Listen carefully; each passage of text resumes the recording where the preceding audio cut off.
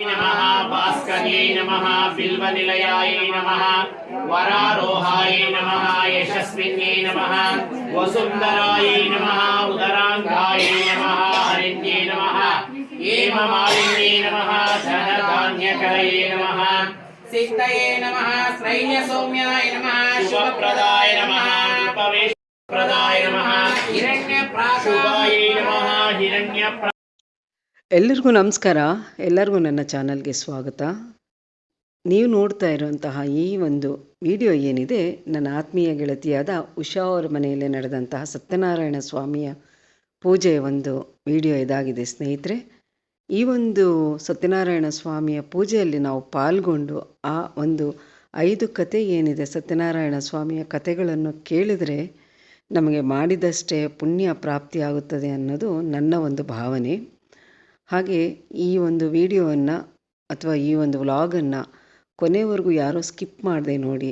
ಆ ಭಗವಂತ ನಿಮ್ಮೆಲ್ಲರಿಗೂ ಕೂಡ ಒಳ್ಳೆಯದನ್ನು ಮಾಡಲಿ. ಹಾಗೆ ಯಾರೆಲ್ಲ ಇನ್ನೂ ನನ್ನ ಚಾನಲನ್ನು ಸಬ್ಸ್ಕ್ರೈಬ್ ಮಾಡ್ಕೊಳ್ದಿರೋ ಈ ವಿಡಿಯೋವನ್ನು ನೋಡ್ತಾ ಇದ್ದೀರೋ, ದಯವಿಟ್ಟು ನನ್ನ ಚಾನಲನ್ನು ಸಬ್ಸ್ಕ್ರೈಬ್ ಮಾಡಿಕೊಂಡು ಲೈಕು, ಶೇರು ಮತ್ತು ಕಮೆಂಟ್ ಮಾಡಿ ಅಂತ ಹೇಳ್ತಾ ನಾನು ನನ್ನ 2 ಮಾತುಗಳನ್ನು ಇಲ್ಲಿಗೆ ನಾನು ಮುಗಿಸ್ತಾ ಇದ್ದೀನಿ ಸ್ನೇಹಿತರೆ. ಮತ್ತೆ ಮುಂದಿನ ವಿಡಿಯೋದಲ್ಲಿ ನಿಮ್ಮನ್ನು ನಾನು ಭೇಟಿ ಆಗ್ತೀನಿ. ಅಲ್ಲಿವರೆಗೂ ಎಲ್ರಿಗೂ ನಮಸ್ಕಾರ. ಈ ಒಂದು ವಿಡಿಯೋನ ಕೊನೆವರೆಗೂ ನೋಡಿ. ಸತ್ಯನಾರಾಯಣ ಸ್ವಾಮಿಯ ವ್ರತದ ಕಥೆಯ ಮೊದಲನೇ ಅಧ್ಯಾಯ. ಒಂದಾನೊಂದು ಕಾಲದಲ್ಲಿ ನೈಮಿಷ್ಯಾರಣ್ಯದಲ್ಲಿ ವಾಸಿಗಳಾಗಿರ್ತಕ್ಕಂತಹ ಸಮಸ್ತ ಋಷಿಗಳು ಜ್ಞಾನಯಜ್ಞವನ್ನ ನಡೆಸ್ತಾ ಇರ್ತಾರೆ. ತೀರ್ಥಯಾತ್ರೆಯ ನಿಮಿತ್ತ ಸೂತ ಪುರಾಣಿಕರೆಂಬ ಮಹಾಋಷಿಗಳು ಅಲ್ಲಿಗೆ ಬರ್ತಾರೆ. ಕೂಡಲೇ ಅಲ್ಲಿ ನೆರೆದಿದ್ದಂತ ಋಷಿಗಳೆಲ್ಲ ಎದ್ದು ನಿಂತು ಅವರನ್ನ ಆದರಿಸಿ ಸ್ವಾಗತಿಸಿ ಸತ್ಕರಿಸಿ, ಎಲೈ ಸೂತ ಪುರಾಣಿಕರೇ, ನೀವು ವೇದವ್ಯಾಸ ಮಹರ್ಷಿಗಳಿಂದ ಸಕಲ ಪುರಾಣಗಳನ್ನು ಉಪದೇಶಿಸಲ್ಪಟ್ಟ ಮಹಾಜ್ಞಾನಿಗಳಾಗಿದ್ದೀರಿ. ಮುಂದೆ ಬರ್ತಕ್ಕಂತಹ ಕಲಿಯುಗ ಮಹಾಪಾಪಮಯವಾಗಿರುತ್ತದೆ. ಪ್ರಜೆಗಳಿಗೆ ಇದರಿಂದ ತುಂಬಾ ಕಷ್ಟವಾಗಿರುತ್ತದೆ. ಈ ಒಂದು ಪ್ರಜೆಗಳು ಅವರ ಕಷ್ಟದ ನಿವಾರಣೆಗೆ ಯಾವ ಒಂದು ಪೂಜೆಯನ್ನ ಅಥವಾ ಯಾವ ಒಂದು ವ್ರತವನ್ನ ಮಾಡಿದರೆ ಅವರಿಗೆ ಅವರ ಕಷ್ಟಗಳೆಲ್ಲ ದೂರವಾಗುತ್ತದೆ, ಅದನ್ನ ನಮಗೆ ತಿಳಿಸಿ ಅಂತ ಕೇಳ್ತಾರೆ. ಇದು ಅಪ್ ಮಾಡ್ಬಿಡು,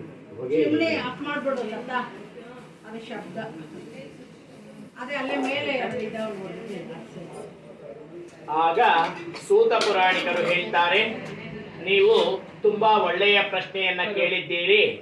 ಹಿಂದೆ ಇದೇ ರೀತಿಯಾದ ಒಂದು ಪ್ರಶ್ನೆಯನ್ನ ನಾರದ ಮಹಾಮುನಿಗಳು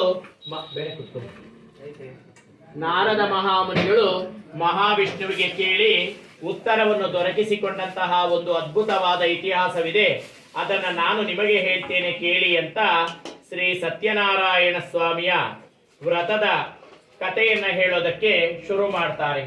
ನಾರದ ಮಹಾಮುನಿಗಳು ತ್ರಿಲೋಕ ಸಂಚಾರಿಗಳು. ಎಲ್ಲ ಲೋಕಗಳನ್ನ ಸುತ್ತುತ್ತಾ ಒಮ್ಮೆ ಭೂಲೋಕಕ್ಕೆ ಬರ್ತಾರೆ. ಭೂಲೋಕಕ್ಕೆ ಬಂದಂತಹ ನಾರದರಿಗೆ ಇಲ್ಲಿನ ಮನುಷ್ಯರು ಬದುಕುವ ರೀತಿಯನ್ನ, ಆ ಬದುಕಿನ ರೀತಿಯಲ್ಲಿ ಅತಿಯಾದ ಆಸೆ ಆಕಾಂಕ್ಷೆಗಳಿಗೆ ಬಲಿಯಾಗಿ ತಿಳಿದೋ ತಿಳಿಯದೇನೋ ಅನೇಕ ರೀತಿಯಾದ ಪಾಪಗಳನ್ನ ತಪ್ಪುಗಳನ್ನ ಮಾಡಿ ಅನೇಕ ರೀತಿಯಾದ ಕಷ್ಟ ಕಾರ್ಪಣ್ಯಗಳನ್ನ ಅನುಭವಿಸ್ತಾ ಇರ್ತಕ್ಕಂತಹ ಮನುಷ್ಯರನ್ನು ನೋಡಿದ ನಾರದ ಮಹಾಮುನಿಗಳು ಹೇಗಾದರೂ ಮಾಡಿ ಈ ಮನುಷ್ಯರ ಕಷ್ಟಗಳನ್ನ ಹೋಗಲಾಡಿಸಬೇಕು ಅಂತ ಮನಸ್ಸಿನಲ್ಲಿ ಯೋಚನೆಯನ್ನ ಮಾಡ್ತಾ ವೈಕುಂಠಕ್ಕೆ ಹೋಗ್ತಾರೆ. ಅಲ್ಲಿ ಶುಭ್ರ ವರ್ಣವುಳ್ಳವನಾಗಿ ಶಂಖ ಚಕ್ರ ಗದಾ ವನಮಾಲಿಗಳಿಂದ ಭೂಷಿಸಲ್ಪಟ್ಟಂತಹ ಮಹಾವಿಷ್ಣುವನ್ನು ನೋಡಿದಂತಹ ನಾರದರು ಸ್ತೋತ್ರ ಮಾಡ್ತಾರೆ. ಸ್ತೋತ್ರ ಮಾಡಿದಂತಹ ನಾರದರನ್ನು ನೋಡಿದ ಮಹಾವಿಷ್ಣು, ಎಲೈ ನಾರದರೇ, ನೀವು ಏತಕ್ಕೋಸ್ಕರ ವೈಕುಂಠಕ್ಕೆ ಬಂದ್ರಿ ಅಂತ ಕೇಳ್ತಾರೆ. ಆಗ ನಾರದರು ಹೇಳ್ತಾರೆ, ಸ್ವಾಮಿ, ನಾನು ಭೂಲೋಕಕ್ಕೆ ಹೋಗಿದ್ದೆ. ಭೂಲೋಕದಲ್ಲಿನ ಜನ ಅತಿಯಾದ ಆಸೆ ಆಕಾಂಕ್ಷೆಗಳಿಗೆ ಬಲಿಯಾಗಿ ಅನೇಕ ವಿಧವಾದ ಪಾಪಗಳನ್ನ ಮಾಡಿ ಅನೇಕ ರೀತಿಯಾದ ಕಷ್ಟ ಕಾಯಿಲೆಗಳನ್ನ ಅನುಭವಿಸ್ತಾ ಇದ್ದಾರೆ. ದಯಮಾಡಿ ಅವರ ಕಷ್ಟಗಳು ಹೋಗಲಾಡಿಸ್ತಕ್ಕಂತ ಯಾವುದಾದರೂ ಒಂದು ಪೂಜೆ ಅಥವಾ ವ್ರತ ಇದ್ರೆ ಅದನ್ನು ನನಗೆ ತಿಳಿಸಿಕೊಡಪ್ಪ ಅಂತ ಕೇಳ್ತಾರೆ. ಆಗ ಸೂತ ಪುರಾಣಿಕರು ಹೇಳ್ತಾರೆ, ಹಿಂದೆ ಆಗ ಮಹಾವಿಷ್ಣು ಹೇಳ್ತಾರೆ, ಎಲೈ ನಾರದರೆ, ಯಾವ ಮನುಷ್ಯ ಭೂಲೋಕದಲ್ಲಿ ನನ್ನದೇ ಇನ್ನೊಂದು ರೂಪವಾದ ಸತ್ಯನಾರಾಯಣ ಸ್ವಾಮಿಯ ಪೂಜೆಯನ್ನ ಮಾಡ್ತಾನೋ ಅವನು ಇಹ ಲೋಕದಲ್ಲಿ ಎಲ್ಲ ಕಷ್ಟಗಳು ಕಳೆದು ಒಳ್ಳೆಯ ದಾರಿಯಲ್ಲಿ ನಡೆದು ನ್ಯಾಯ ಮಾರ್ಗದಿಂದ ಬರುವ ಎಲ್ಲಾ ಸುಖಗಳನ್ನು ಅನುಭವಿಸಿ ಅಂತ್ಯದಲ್ಲಿ ಸಾಕ್ಷಾತ್ ವೈಕುಂಠ ಲೋಕವನ್ನೇ ಪಡೀತಾನೆ ಅಂತ ನಾರದರಿಗೆ ಮಹಾವಿಷ್ಣು ತಿಳಿಸಿಕೊಡ್ತಾರೆ. ಎಲ್ಲರೂ ಕೂತ್ಕೊಳ್ಳಿ, ಯಾರು ಮಾತಾಡಬೇಡಿ. ಆಗ ನಾರದರು ಕೇಳ್ತಾರೆ, ಸ್ವಾಮಿ, ನನಗೆ ಬಹಳ ಸಂತೋಷವಾಯಿತು. ನನಗೆ ಈ ಒಂದು ಸತ್ಯನಾರಾಯಣ ಸ್ವಾಮಿಯ ವ್ರತ ಅಂತ ತಿಳಿಸಿಕೊಟ್ಟಿಯಲ್ಲಪ್ಪ, ಇದನ್ನ ಯಾವಾಗ ಮಾಡೋದು ಮತ್ತೆ ಹೇಗೆ ಮಾಡೋದು ಅದನ್ನ ನನಗೆ ತಿಳಿಸಿಕೊಡಪ್ಪ ಅಂತ ಕೇಳ್ತಾರೆ. ಆಗ ಮಹಾವಿಷ್ಣು ಹೇಳ್ತಾರೆ, ನಾರದರೆ, ಈ ಒಂದು ಸತ್ಯನಾರಾಯಣ ಸ್ವಾಮಿಯ ವ್ರತವನ್ನ ವರ್ಷದ 365 ದಿನದಲ್ಲಿ ಯಾವುದಾದರೊಂದು ಒಳ್ಳೆಯ ದಿನ ನೋಡಿ ಮಾಡಬಹುದು. ಹೇಗೆ ಮಾಡ್ಬೇಕಪ್ಪ ಅಂತಂದ್ರೆ, ಯಾವ ದಿನ ಮನುಷ್ಯ ಈ ಒಂದು ಸತ್ಯನಾರಾಯಣ ಸ್ವಾಮಿಯ ವ್ರತವನ್ನ ಮಾಡ್ತೀನಿ ಅಂತ ಅಂದುಕೊಳ್ತಾನೋ ಆವತ್ತಿನ ಹಿಂದಿನ ದಿವಸ ಅವನ ಸ್ನೇಹಿತರಿಗೆ, ಬಂಧುಗಳಿಗೆ ಈ ಒಂದು ಪೂಜೆಗೆ ಆಹ್ವಾನವನ್ನ ಕೊಡಬೇಕು.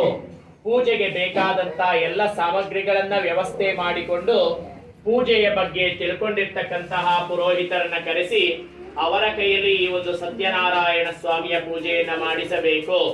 ಪೂಜೆ ಆದ ನಂತರ ಬಂದಿರ್ತಕ್ಕಂತಹ ಬಂಧು ಮಿತ್ರರಿಗೆಲ್ಲ ಊಟವನ್ನ ಹಾಕಿ ಕಳಿಸಬೇಕು, ಪ್ರಸಾದವನ್ನ ಕೊಟ್ಟು ಕಳಿಸಬೇಕು.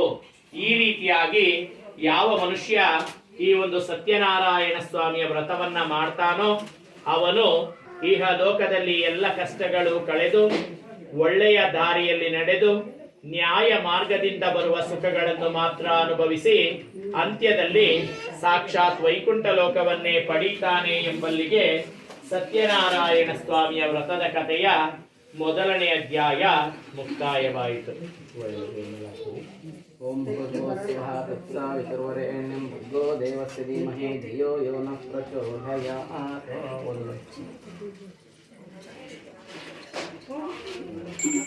ಓಂ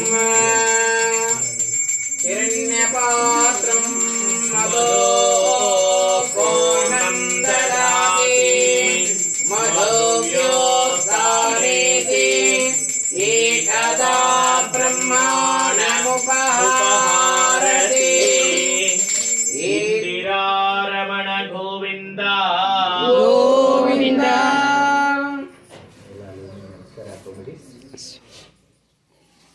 ತಗೊಳ್ಳಿ.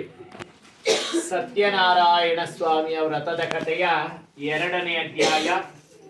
ಮತ್ತೆ ನಾರದ ಮಹಾಮುನಿಗಳು ಮಹಾವಿಷ್ಣುವಿಗೆ ಈ ರೀತಿಯಾಗಿ ಕೇಳ್ತಾರೆ, ಸ್ವಾಮಿ, ನನಗೆ ಬಹಳ ಸಂತೋಷವಾಯಿತು.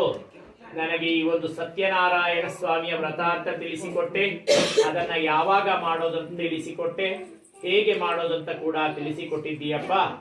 ಆದರೆ ಈ ಹಿಂದೆ ಯಾರಾದರೂ ಈ ಒಂದು ಸತ್ಯನಾರಾಯಣ ಸ್ವಾಮಿಯ ವ್ರತವನ್ನ ಮಾಡಿ ಅವರಿಗೆ ಒಳ್ಳೆಯದಾದಂತಹ ಸತ್ಯನಾರಾಯಣ ಸ್ವಾಮಿಯ ಮಹಿಮೆಯನ್ನ ನಾನು ಕೇಳಬೇಕು ಅಂತ ಆಸೆ ಪಡ್ತಾ ಇದ್ದೇನೆ, ದಯಮಾಡಿ ಅದನ್ನ ನನಗೆ ತಿಳಿಸಿಕೊಡು ಅಂತ ಕೇಳ್ತಾರೆ.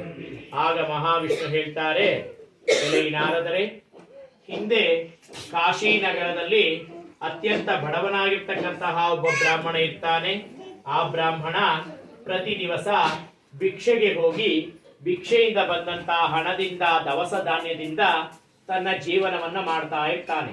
ಹೀಗೆ ಒಂದು ದಿವಸ ಆ ಬ್ರಾಹ್ಮಣ ಭಿಕ್ಷೆಗೆ ಹೋಗಿರಬೇಕಾದರೆ ಮಹಾವಿಷ್ಣು ಒಬ್ಬ ಮುದುಕನ ವೇಷದಲ್ಲಿ ಬಂದು, ಏನಪ್ಪಾ ಬ್ರಾಹ್ಮಣ, ನೀನು ಏತಕ್ಕೋಸ್ಕರ ಭಿಕ್ಷೆ ಎತ್ತುತ್ತಾ ಇದೀಯಾ ಅಂತ ಕೇಳ್ತಾನೆ. ಆಗ ಆ ಬ್ರಾಹ್ಮಣ, ಸ್ವಾಮಿ, ನಾನು ತುಂಬಾ ಬಡವನಾದ ಕಾರಣ ಭಿಕ್ಷೆಯಿಂದ ಜೀವನವನ್ನ ಮಾಡ್ತಾ ಇದ್ದೇನೆ. ನಿನಗೇನಾದರೂ ನನ್ನ ಕಷ್ಟದಿಂದ ಪಾರು ಮಾಡೋ ಯೋಚನೆ ಇದ್ರೆ ನನ್ನ ಬಡತನ ಹೋಗುವಂತ ಉಪಾಯ ತಿಳಿಸು ಅಂತ ಕೇಳ್ತಾನೆ. ಆಗ ಆ ಮುದುಕನ ರೂಪದಲ್ಲಿರ್ತಕ್ಕಂಥ ಮಹಾವಿಷ್ಣು ಹೇಳ್ತಾರೆ, ನೀನು ಸತ್ಯ ಸ್ವರೂಪವಾದ ಸತ್ಯನಾರಾಯಣ ಸ್ವಾಮಿಯ ಪೂಜೆಯನ್ನ ಮಾಡು. ಆ ಸ್ವಾಮಿಯ ಅನುಗ್ರಹದಿಂದ ನಿನಗೆ ಈ ಬಡತನ ನಿವಾರಣೆಯಾಗತ್ತೆ ಅಂತ ಹೇಳ್ತಾನೆ. ಆ ಮಾತನ್ನು ಕೇಳಿದಂತಹ ಬ್ರಾಹ್ಮಣ ಮನೆಗೆ ಹೋಗಿ ಭಗವಂತ ಅವನಿಗೆ ಎಷ್ಟು ಶಕ್ತಿಯನ್ನ ಕೊಟ್ಟಿದ್ದಾನೋ ಅಷ್ಟರ ಮಟ್ಟಿಗೆ ಶ್ರದ್ಧಾ ಭಕ್ತಿಯಿಂದ ತನ್ನ ಸ್ನೇಹಿತರನ್ನ, ಬಂಧುಗಳನ್ನ ಕರೆಸಿ ಈ ಒಂದು ಸತ್ಯನಾರಾಯಣ ಸ್ವಾಮಿಯ ವ್ರತವನ್ನ ಮಾಡ್ತಾನೆ. ಆ ವ್ರತವನ್ನ ಮಾಡಿದ್ದರಿಂದ ಅವನಿಗೆ ಒಂದು ಒಳ್ಳೆಯ ಕಡೆ ಕೆಲಸ ಸಿಗುತ್ತೆ. ಆ ಕೆಲಸದಲ್ಲಿ ಬಹಳಷ್ಟು ಸಂಪಾದನೆಯನ್ನು ಮಾಡಿಕೊಂಡಂತಹ ಬ್ರಾಹ್ಮಣ ಅವನೇ ಒಂದು ಸ್ವಂತ ವ್ಯಾಪಾರವನ್ನ ಶುರು ಮಾಡಿ ವ್ಯಾಪಾರದಲ್ಲಿ ಬಹಳಷ್ಟು ಲಾಭವನ್ನ ಗಳಿಸಿ ತುಂಬಾ ದೊಡ್ಡ ಶ್ರೀಮಂತನಾಗಿ ಪ್ರತಿ ತಿಂಗಳು ತಪ್ಪದೇ ಸತ್ಯನಾರಾಯಣ ಸ್ವಾಮಿಯ ಪೂಜೆಯನ್ನ ಮಾಡ್ತಾ ಇರ್ತಾನೆ. ಹೀಗೆ ಒಂದು ದಿವಸ ಆ ಬ್ರಾಹ್ಮಣ ತನ್ನ ಮನೆಯಲ್ಲಿ ಸತ್ಯನಾರಾಯಣ ಸ್ವಾಮಿಯ ಪೂಜೆಯನ್ನ ಮಾಡ್ತಾ ಇರಬೇಕಾದ್ರೆ ಅವನ ಮನೆಯ ಎದುರುಗಡೆ ಒಬ್ಬ ಕಟ್ಟಿಗೆ ಮಾರುವ ವ್ಯಕ್ತಿ ಕಟ್ಟಿಗೆ ಹೊರೆಯನ್ನ ತಲೆಯ ಮೇಲೆ ಇಟ್ಕೊಂಡು ಭಾರವನ್ನು ತಾಳಲಾರದೆ ಯಾರಾದರೂ ಈ ಕಟ್ಟಿಗೆ ಹೊರೆಯನ್ನ ತಗೊಳ್ಳಿ ಅಂತ ಕೇಳ್ತಾ ಹೋಗ್ತಾ ಇರ್ತಾನೆ. ಅವನನ್ನ ನೋಡಿದಂತಹ ಈ ಬ್ರಾಹ್ಮಣ ಆ ಕಟ್ಟಿಗೆ ಮಾರುವ ವ್ಯಕ್ತಿಯನ್ನ ಕರೆದು ಹಣವನ್ನ ಕೊಟ್ಟು ಕಟ್ಟಿಗೆ ಹೊರೆಯನ್ನ ಇವನೇ ತೆಗೆದುಕೊಳ್ತಾನೆ. ಅಷ್ಟು ಮಾತ್ರ ಅಲ್ಲದೆ ಆ ವ್ಯಕ್ತಿಯನ್ನ ಕಟ್ಟಿಗೆ ಮಾರುವಂತಹ ವ್ಯಕ್ತಿಯನ್ನ ಮನೆಯ ಒಳಗೆ ಕರೆದು ಊಟವನ್ನ ಹಾಕಿ ಸತ್ಯನಾರಾಯಣ ಸ್ವಾಮಿಯ ಪ್ರಸಾದವನ್ನ ಕೊಟ್ಟು ಕಳಿಸ್ತಾನೆ. ಇದರಿಂದ ಸಂತೋಷಗೊಂಡಂತಹ ಕಟ್ಟಿಗೆ ಮಾರುವ ವ್ಯಕ್ತಿ ಮನೆಗೆ ಹೋಗಿ ಅವನ ಹೆಂಡತಿಗೂ ಪ್ರಸಾದವನ್ನ ಕೊಟ್ಟಾಗ ಅವನ ಹೆಂಡತಿ, ಸ್ವಾಮಿ, ನಾವು ಕೂಡ ನಮ್ಮ ಮನೆಯಲ್ಲಿ ಸತ್ಯನಾರಾಯಣ ಸ್ವಾಮಿಯ ಪೂಜೆಯನ್ನ ಮಾಡೋಣ ಅಂತ ಕೇಳ್ತಾಳೆ.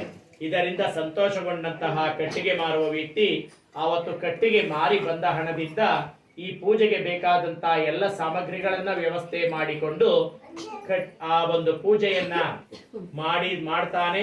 ಪೂಜೆಯನ್ನ ಮಾಡಿದ್ದರಿಂದ ಅವನಿಗೂ ಸಹಿತ ಸತ್ಯನಾರಾಯಣ ಸ್ವಾಮಿಯ ಅನುಗ್ರಹ ಆಗುತ್ತೆ.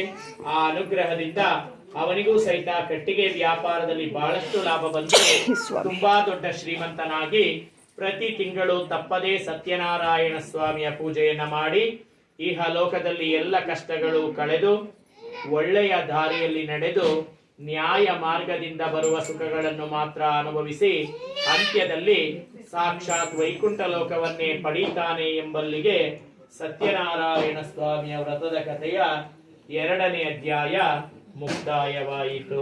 ಓಂ ಭೂರ್ಭುವಸ್ವಃ ತತ್ಸವಿತುರ್ವರೆಣ್ಯಂ ಭರ್ಗೋ ದೇವಸ್ಯ ಧೀಮಹಿ ಧಿಯೋ ಯೋ ನ ಪ್ರಚೋದಯಾತ್. ಓಂ ಈಶಾನ ಸರ್ವವಿದ್ಯಾನಾಂ ಈಶ್ವರ ಸರ್ವಭೂತಾನಾಂ ಬ್ರಹ್ಮಾಧಿಪತಿರ್ಬ್ರಹ್ಮಣಾಧಿಪತಿರ್ಬ್ರಹ್ಮ ಶಿವೋ ಮೇ ಅಸ್ತು ಸದಾ ಶಿವೋಂ. ಇಂದಿರಾರಮಣ ಗೋವಿಂದ ಗೋವಿಂದ.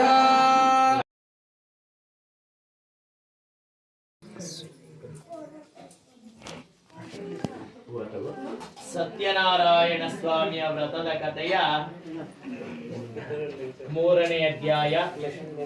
ಮತ್ತೆ ನಾರದ ಮಹಾಮುನಿಗಳು ಮಹಾವಿಷ್ಣುವಿಗೆ, ಸ್ವಾಮಿ, ಇನ್ನೂ ಯಾವುದಾದರೂ ಸತ್ಯನಾರಾಯಣ ಸ್ವಾಮಿಯ ಮಹಿಮೆಯನ್ನ ಹೇಳಪ್ಪ ಅಂತ ಕೇಳಿದಾಗ ಮಹಾವಿಷ್ಣು ಹೇಳ್ತಾರೆ, ಹಿಂದೆ ಉಲ್ಕಮುಖ ಅಂತ ಒಬ್ಬ ರಾಜ ಇರ್ತಾನೆ. ಆ ರಾಜ ಒಂದು ದಿವಸ ದೇವಸ್ಥಾನದಲ್ಲಿ ಸತ್ಯನಾರಾಯಣ ಸ್ವಾಮಿಯ ಪೂಜೆಯನ್ನ ಮಾಡ್ತಾ ಇರಬೇಕಾದ್ರೆ ಅಲ್ಲಿಗೆ ಒಬ್ಬ ವಜ್ರದ ವ್ಯಾಪಾರಿ ಬಂದು, ಸ್ವಾಮಿ, ನಾನು ನಿಮ್ಮ ರಾಜ್ಯದಲ್ಲಿ ವಜ್ರದ ವ್ಯಾಪಾರವನ್ನ ಮಾಡಬೇಕು ಅನ್ಕೊಂಡಿದ್ದೀನಿ, ದಯಮಾಡಿ ನನಗೆ ಅವಕಾಶ ಕೊಡಿ ಅಂತ ಕೇಳ್ತಾನೆ. ಆಗ ಆ ರಾಜ ಆ ವ್ಯಾಪಾರಿಗೆ ಸತ್ಯನಾರಾಯಣ ಸ್ವಾಮಿಯ ಪ್ರಸಾದವನ್ನ ಕೊಟ್ಟು ಸಂತೋಷವಾಗಿ ವ್ಯಾಪಾರ ಮಾಡ್ಕೊಳ್ಳಪ್ಪ ಅಂತ ಹೇಳ್ತಾನೆ. ಅದನ್ನು ಕೇಳಿದಂತಹ ವ್ಯಾಪಾರಿ ಆ ಒಂದು ಸಂತೋಷದಿಂದ ಸತ್ಯನಾರಾಯಣ ಸ್ವಾಮಿಯ ಪ್ರಸಾದವನ್ನು ಅವನು ತಿಂದು ಮನೆಯಲ್ಲಿರುವ ಅವನ ಹೆಂಡತಿಯಾದ ಲೀಲಾವತಿಗೂ ಪ್ರಸಾದವನ್ನು ತಗೊಂಡು ಬಂದು ಕೊಡ್ತಾನೆ. ಆ ಪ್ರಸಾದವನ್ನು ತಿಂದಂತಹ ಗಂಡ ಹೆಂಡತಿಗಳಿಗೆ ಮಕ್ಕಳಿಲ್ಲದ ಕಾರಣ ನಮಗೆ ಯಾವಾಗ ಮಕ್ಕಳಾಗುತ್ತೋ ಆಗ ನಾವು ನಮ್ಮ ಮನೆಯಲ್ಲಿ ಸತ್ಯನಾರಾಯಣ ಸ್ವಾಮಿಯ ಪೂಜೆಯನ್ನ ಮಾಡ್ತೀವಿ ಅಂತ ಹರಸಿಕೊಳ್ತಾರೆ. ಅದಾದ ಕೆಲವು ತಿಂಗಳುಗಳ ನಂತರ ಅವರಿಗೆ ಒಂದು ಒಳ್ಳೆಯ ಹೆಣ್ಣು ಮಗು ಹುಟ್ಟುತ್ತೆ. ಆ ಹೆಣ್ಣು ಮಗುವಿಗೆ ಕಲಾವತಿ ಅಂತ ನಾಮಕರಣವನ್ನ ಮಾಡ್ತಾರೆ. ನಾಮಕರಣದ ಸಂದರ್ಭದಲ್ಲಿ ಈ ವ್ಯಾಪಾರಿಯ ಹೆಂಡತಿಯಾದ ಲೀಲಾವತಿ ಗಂಡನಿಗೆ ಕೇಳ್ತಾಳೆ, ಸ್ವಾಮಿ, ನಾವು ಮಕ್ಕಳಾದರೆ ಸತ್ಯನಾರಾಯಣ ಸ್ವಾಮಿಯ ಪೂಜೆಯನ್ನ ಮಾಡ್ತೀವಿ ಅಂತ ಹರಸಿಕೊಂಡಿದ್ವಲ್ಲ, ಈಗ ನಾವು ಆ ಪೂಜೆಯನ್ನ ಮಾಡೋಣ ಅಂತ ಕೇಳಿದಾಗ ಆ ವ್ಯಾಪಾರಿ, ನನಗೀಗ ವ್ಯಾಪಾರದಲ್ಲಿ ಬಹಳಷ್ಟು ಒತ್ತಡ ಇದೆ, ಮುಂದೆ ಎಂದಾದರೂ ಮಾಡೋಣ ಬಿಡು ಅಂತ ಹೇಳಿ ಹೆಂಡತಿಯನ್ನ ಸಮಾಧಾನಗೊಳಿಸಿ ಅವನು ವ್ಯಾಪಾರಕ್ಕೆ ಹೊರಟು ಹೋಗ್ತಾನೆ. ಇತ್ತ ಕಡೆ ಕಲಾವತಿ ತಾಯಿಯ ಆರೈಕೆಯಲ್ಲಿ ದಿನೇ ದಿನೇ ಬೆಳೀತಾ ಬೆಳೀತಾ ಮದುವೆ ವಯಸ್ಸಿಗೆ ಬರ್ತಾಳೆ.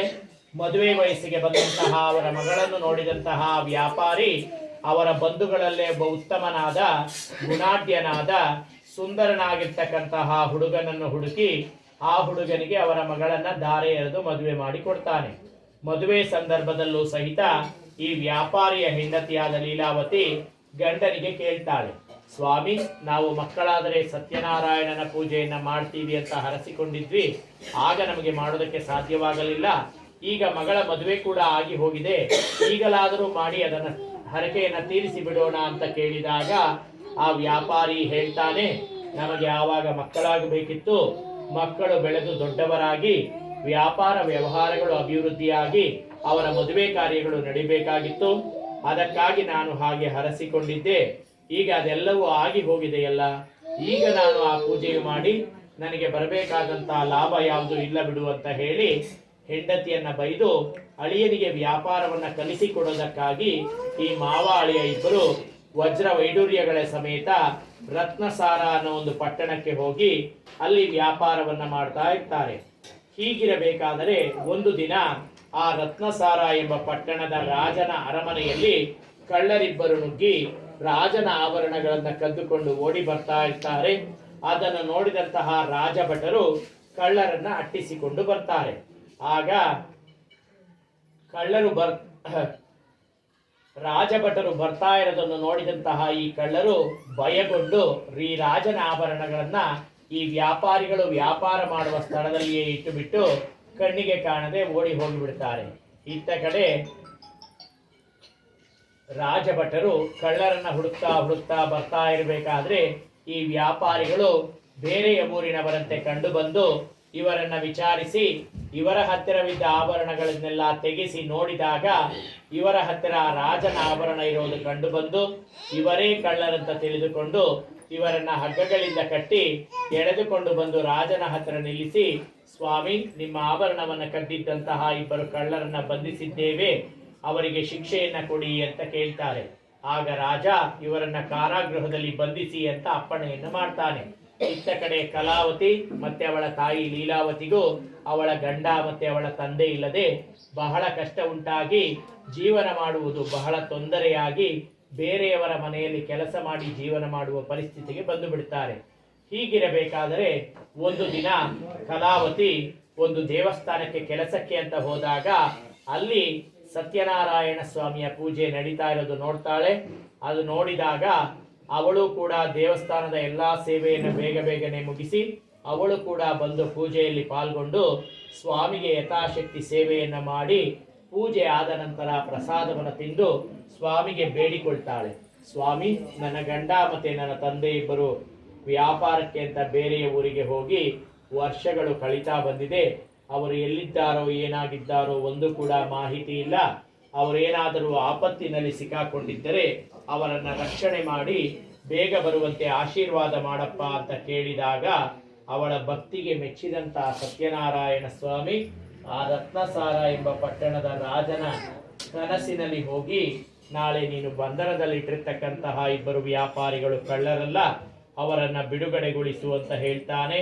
ಮಾರನೇ ದಿವಸ ರಾಜ ತನಗೆ ಬಿದ್ದ ಕನಸಿನ ಕಥೆಯನ್ನ ತನ್ನ ಸಭಾ ಜನರಿಗೆಲ್ಲ ತಿಳಿಸಿ ಆ ವ್ಯಾಪಾರಿಗಳನ್ನ ಬಂಧನದಿಂದ ಬಿಡುಗಡೆಗೊಳಿಸಿ ಅವರಿಂದ ವಶಪಡಿಸಿಕೊಂಡಂತಹ ಆಭರಣಗಳಿಗೆ 2ರಷ್ಟು ಆಭರಣಗಳನ್ನು ಅವರಿಗೆ ಕೊಟ್ಟು ಅವರು ಊರಿಗೆ ಹೋಗುವ ಹಡಗಿನಲ್ಲಿ ಅವರನ್ನ ಕೂಡಿಸಿ ಕಳಿಸಿಕೊಡ್ತಾನೆ ಎಂಬಲ್ಲಿಗೆ ಸತ್ಯನಾರಾಯಣ ಸ್ವಾಮಿಯ ವ್ರತದ ಕಥೆಯ 3ನೇ ಅಧ್ಯಾಯ ಮುಕ್ತಾಯವಾಯಿತು. ಓಂ ಭೂರ್ಭುವಸ್ವಃ ತತ್ಸವಿತುರ್ವರೆಣ್ಯಂ ಭರ್ಗೋ ದೇವಸ್ಯ ಧೀಮಹಿ ಧಿಯೋ ಯೋ ನ ಪ್ರಚೋದಯಾತ್. ಓಂ ಹಿರಣ್ಯಪಾತ್ರಂ ಮದೋ ಪೂರ್ಣಂ ದದಾತಿ ಮಧುವ್ಯೋಸ್ತಾನೇತಿ ಏಕದಾ ಬ್ರಹ್ಮಾಂಡಮುಪಹಾರತಿ. ಇಂದಿರಾ ರಮಣ ಗೋವಿಂದ ಗೋವಿಂದ. ಸತ್ಯನಾರಾಯಣ ಸ್ವಾಮಿಯ ವ್ರತದ ಕಥೆಯ 4ನೇ ಅಧ್ಯಾಯ. ಮತ್ತೆ ನಾರದ ಮಹಾಮುನಿಗಳು ಅದೇ ಕಥೆಯನ್ನ ಮುಂದುವರಿಸಿ ಹೇಳ್ತಾರೆ. ರಾಜ ಕೊಟ್ಟ ಆಭರಣಗಳನ್ನೆಲ್ಲ ಹಡಗಿನಲ್ಲಿ ತುಂಬಿಕೊಂಡು ಆ ವ್ಯಾಪಾರಿಗಳು ಸ್ವಲ್ಪ ದೂರ ಪ್ರಯಾಣ ಮಾಡುವಷ್ಟರಲ್ಲಿ ಸತ್ಯನಾರಾಯಣ ಸ್ವಾಮಿ ಒಬ್ಬ ಮುದುಕನ ವೇಷದಲ್ಲಿ ಬಂದು, ಏನಪ್ಪ, ನಾನು ಸ್ವಲ್ಪ ವಯಸ್ಸಾದಂತಹ ಸನ್ಯಾಸಿ,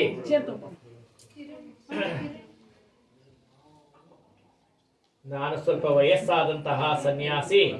ನದಿಯಲ್ಲಿ ನೀರು ಜಾಸ್ತಿ ಇರೋದ್ರಿಂದ ನಾನು ನದಿಯನ್ನು ದಾಟಿ ಆಚೆ ಕಡೆ ನನ್ನ ಊರಿಗೆ ಹೋಗಬೇಕಾಗಿದೆ. ನಿಮ್ಮ ಹಡಗಿನಲ್ಲಿ ನನಗೆ ಸ್ವಲ್ಪ ಸಹಾಯ ಮಾಡಿ ಅಂತ ಕೇಳ್ತಾರೆ.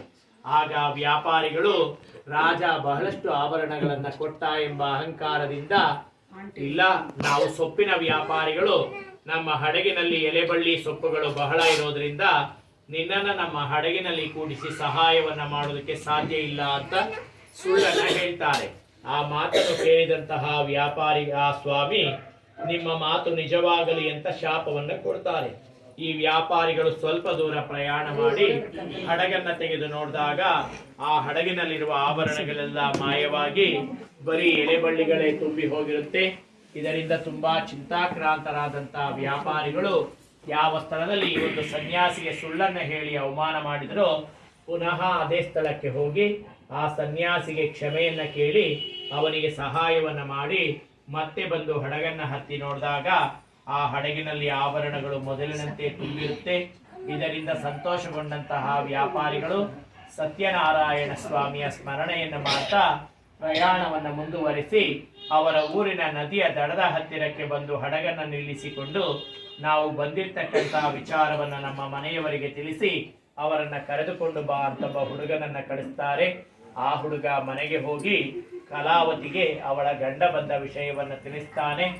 ಬಹಳ ದಿನಗಳ ನಂತರ ಗಂಡ ಬಂದ ಎಂಬ ಸುದ್ದಿಯನ್ನು ಕೇಳಿದಂತಹ ಕಲಾವತಿ ತಕ್ಷಣದಲ್ಲೇ ಮನೆಗೆ ಹೋಗಿ ಪುನಃ ಸತ್ಯನಾರಾಯಣ ಸ್ವಾಮಿಯ ಪೂಜೆಯನ್ನು ಮಾಡಿ ಮರೆತು ಪ್ರಸಾದವನ್ನು ತಿನ್ನದೆ ಹಾಗೆಯೇ ಅವಳ ಗಂಡನನ್ನು ನೋಡೋದಕ್ಕೆ ಹೋಗಿಬಿಡ್ತಾಳೆ. ಇದರಿಂದ ಕೋಪಗೊಂಡಂತಹ ಸತ್ಯನಾರಾಯಣ ಸ್ವಾಮಿ ಅವಳ ಗಂಡನನ್ನ ನೀರಿನಲ್ಲಿ ಮುಳುಗಿಸಿ ಸಾಯಿಸಿಬಿಡ್ತಾನೆ. ಸತ್ತು ಹೋಗಿರ್ತಕ್ಕಂತಹ ಅವಳ ಗಂಡನನ್ನು ನೋಡಿದಂತಹ ಕಲಾವತಿ, ಗಂಡನಿಲ್ಲದ ಈ ಬದುಕು ನನಗೂ ಬೇಡ, ನಾನು ಕೂಡ ಸತಿ ಸಹಗಮನವನ್ನ ಮಾಡಿಬಿಡ್ತೇನೆ ಅಂತ ಯೋಚನೆಯನ್ನ ಮಾಡ್ತಾ ಭೂಮಿಯ ಮೇಲೆ ದೀರ್ಘದಂಡವಾಗಿ ಸತ್ಯನಾರಾಯಣ ಸ್ವಾಮಿಗೊಂದು ನಮಸ್ಕಾರವನ್ನು ಮಾಡ್ತಾಳೆ.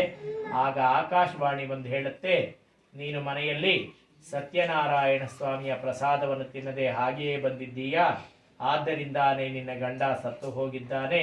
ನೀನೇನಾದರೂ ಮನೆಗೆ ಹೋಗಿ ಸತ್ಯನಾರಾಯಣ ಸ್ವಾಮಿಯ ಪ್ರಸಾದವನ್ನು ತಿಂದು ಬಂದಿದ್ದೆ ಆದ್ರೆ ನಿನ್ನ ಗಂಡ ಬದುಕ್ತಾನೆ ಅಂತ ಹೇಳಿದ ಮಾತನ್ನ ಕೇಳಿದಂತಹ ಕಲಾವತಿ ತತ್ಕ್ಷಣದಲ್ಲೇ ಮನೆಗೆ ಪ್ರಸಾದವನ್ನು ತಾನು ತಿಂದು ತನ್ನ ಗಂಡನಿಗೂ ಪ್ರಸಾದವನ್ನು ತಗೊಂಡು ಬರ್ತಾಳೆ.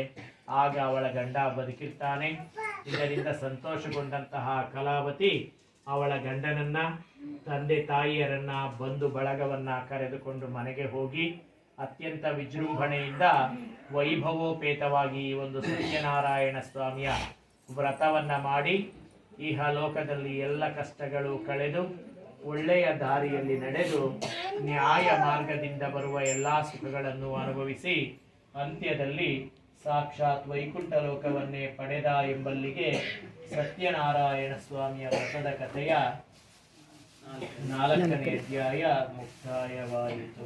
ಓಂ ಭೂರ್ಭುವಸ್ವಃ ತತ್ಸವಿತುರ್ವರೆಣ್ಯಂ ಭರ್ಗೋ ದೇವಸ್ಯ ಧೀಮಹಿ ಧಿಯೋ ಯೋ ನಃ ಪ್ರಚೋದಯಾತ್.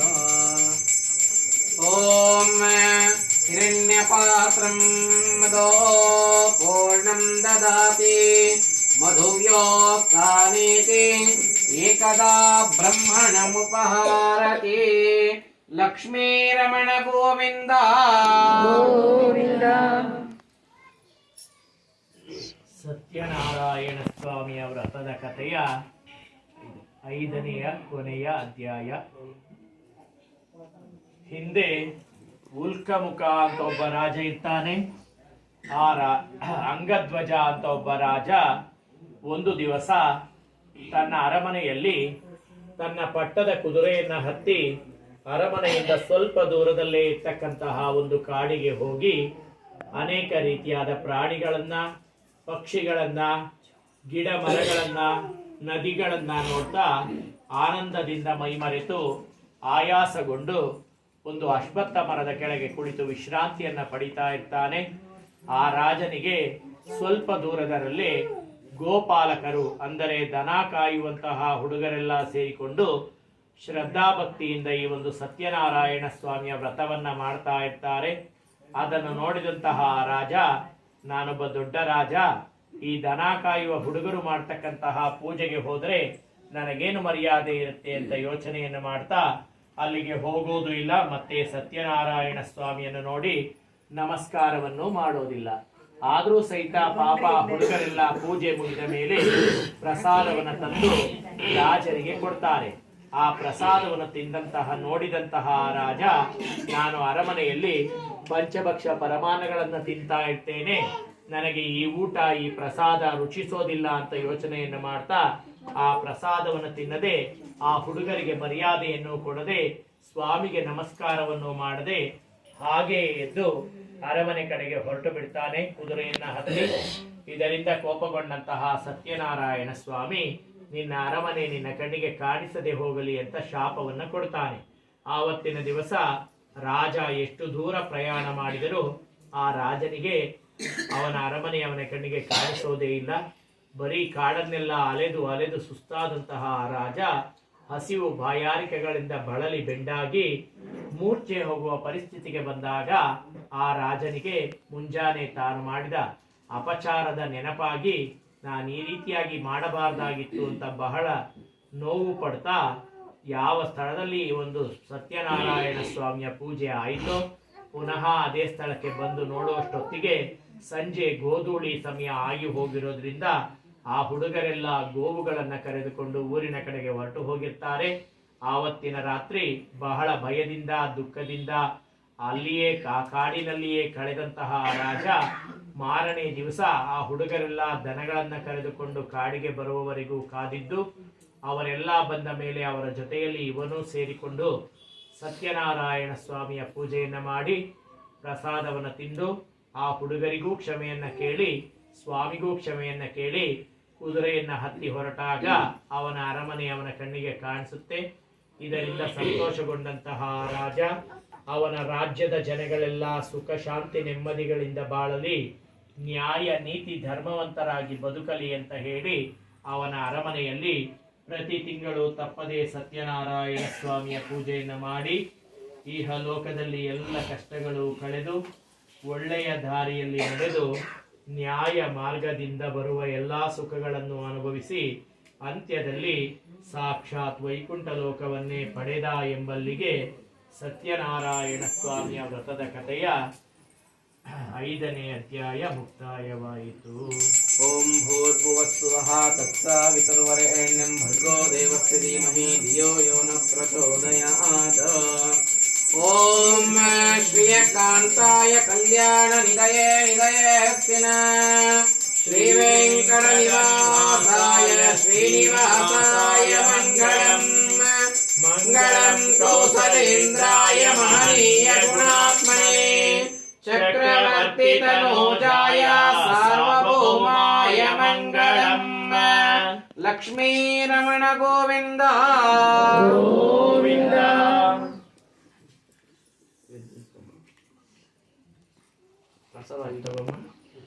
ಎದ್ದಿಟ್ಕೊ, ಎಲ್ಲರ ಕೈಗೂ ಹೂವು ಅಕ್ಷತೆ ಕೊಡು.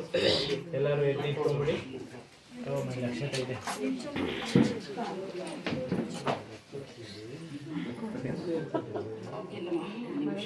ಎಲ್ಲ ಎದ್ದಿಟ್ಕೊಂಡ್ಬಿಡಿ. ಮನೆ ತೆಗೆದು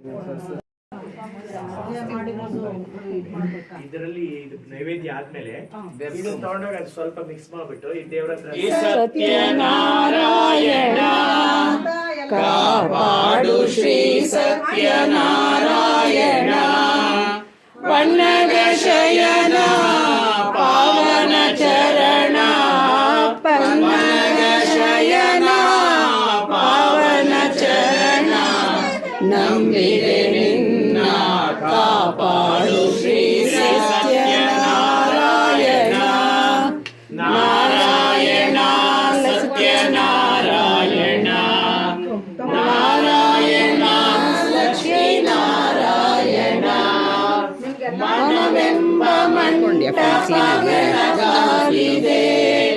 ಹರಿನಾಮದ ಮಂತ್ರವೇ ತುಂಬಿದೆ ಮನವೆಂಬ ಮಂಟಪ ಬೆಳಕಾಗಿದೆ ಹರಿನಾಮದ ಮಂತ್ರವೇ ತುಂಬಿದೆ ಎಂದೆಂದು ಸ್ಥಿರವಾಗಿ ನೀನಿಲ್ಲಿರು ನಮ್ಮಲ್ಲಿ ಒಂದಾಗಿ ಉಸಿರಾಗಿರು ಕಾಪಾಡು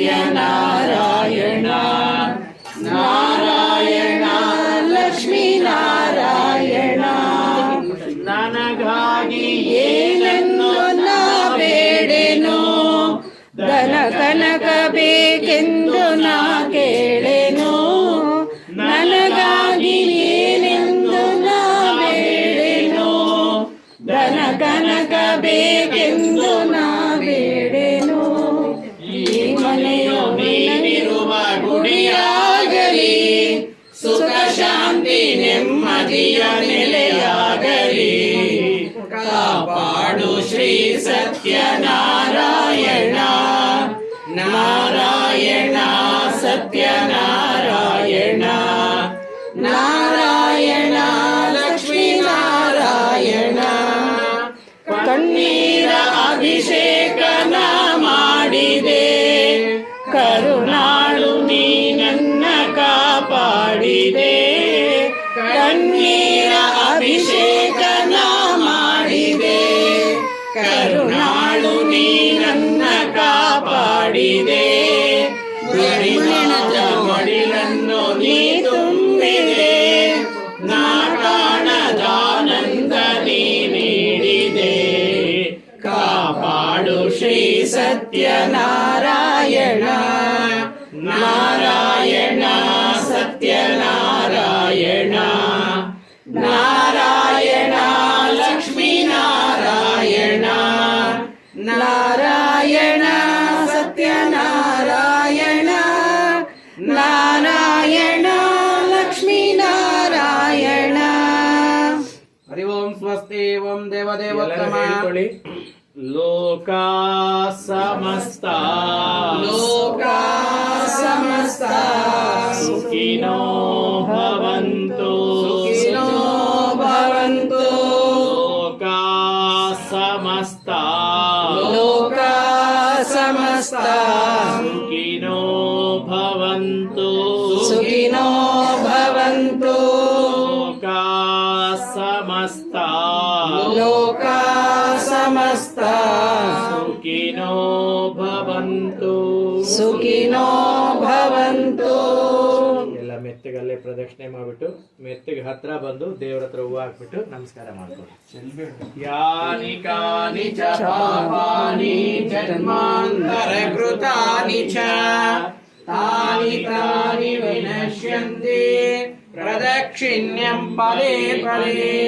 ಪಾಪೋಹಂ ಪಾಪ ಕರ್ಮಾಣಂ ಪಾಪಾತ್ಮಾ ಪಾಪ ಸಂಭವಃ. ತ್ರಾಹಿ ಮಾಂ ಕೃಪಯಾ ದೇವ ಶರಣಾಗತ ವತ್ಸಲ. ಅನ್ಯಥಾ ಶರಣಂ ನಾಸ್ತಿ ತ್ವಮೇವ ಶರಣಂ ಮಮ. ತಸ್ಮಾತ್ ಕಾರುಣ್ಯ ಭಾವೇನ ರಕ್ಷ ರಕ್ಷ ಯಜ್ಞೇಶ್ವರ ಜಗದೀಶ್ವರ. ಮಂಗಳ ನೀರಾಜನಂ ಕ್ಷೀರ ಸಮುದ್ರರಾಜತನಯಾಂ ಶ್ರೀರಂಗದಾಮೇಶ್ವರೀಂ ದಾಸೀಭೂತ ಸಮಸ್ತ ದೇವವನಿತಾಂ ಲೋಕೈಕದೀಪಾಂಕುರಾಂ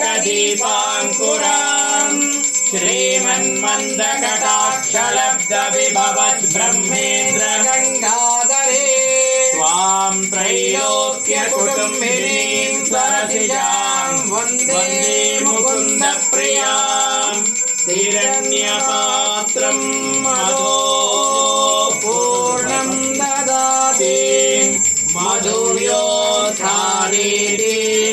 ಏಕದಾ ಬ್ರಹ್ಮಾಣಮುಪಹಾರತಿ ಏಕದೈವ ಯಜಮಾನ ಆಯುಸ್ತೇಜೋ ದದಾತಿ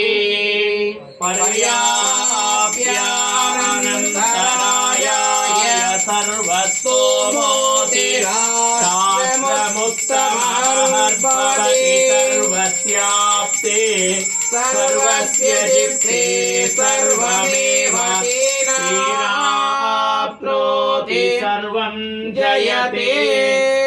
ಲಕ್ಷ್ಮೀರಮಣ ಗೋವಿಂದ ಗೋವಿಂದ ರಮಣ ಗೋವಿಂದ ಗೋವಿಂದ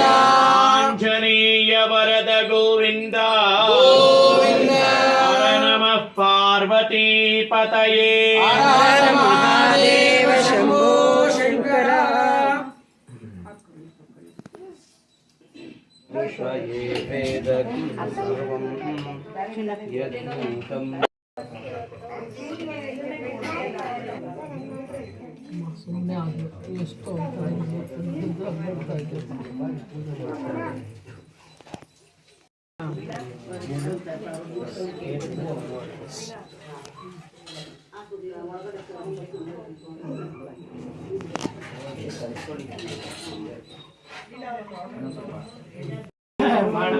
ಮಂಗಳಾರತಿ ಬೇಗ ತಂದು ಬೆಳಗಿರೆ, ಸಿಂಧುರಾಜನಿಗೆ ತಿರೆ ಆರತಿ ಜಯ ಜಯವೆನ್ನುತ್ತಲೇ. ಗೋವು ಕಾಯ್ದವಗೆ ಗೋಪಾಲ ಕೃಷ್ಣನಿಗೆ, ಗೋವು ಕಾಯ್ದವಗೆ ಸೀತೆ